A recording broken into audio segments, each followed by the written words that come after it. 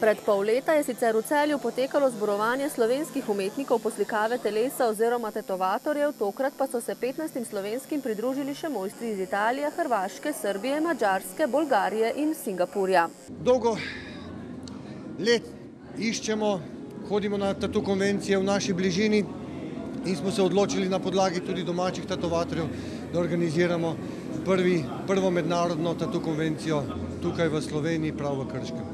Prišli smo v Slovenijo, ker že tako veliko potujemo. Bili smo že v Avstriji, Nemčiji, Grčiji, Italiji. Radi potujemo in na slovenski konvenciji je zopet priložnost, da pridobimo nove izkušnje. Deležil sem se pa, da pokažem v bistvu z mojimi sotrpini, kaj znamo, kaj obvladamo in da predstavimo tetovažo takšno, kot je. Tetovaža je art. In niso samo neki likci, ampak se zna spremeniti v marsikaj drugega.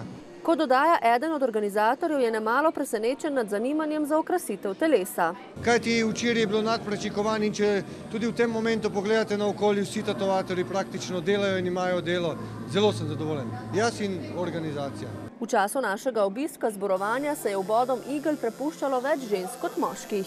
Domačinka Špela je izkoristila bližino zborovanja in se odločila, da bo trajno obarvala še en del svojega telesa. Prvega sem imela pri 18 letih, tale bo moj drugi, je tudi nagrada za diplomo, tako da sem se posvetovala z človekom, ki to dela, mi je bil zelo prijazen, mi je predstavil vse opcije, tudi sliko nogo dal gor prek Photoshopa na nogo, da se vidi, kako izgleda, pa mi je narisal z svinčnikom.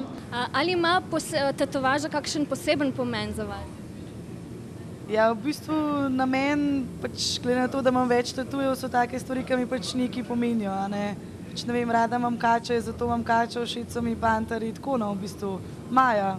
Poskrbeli so tudi za pester spremljevalni spored.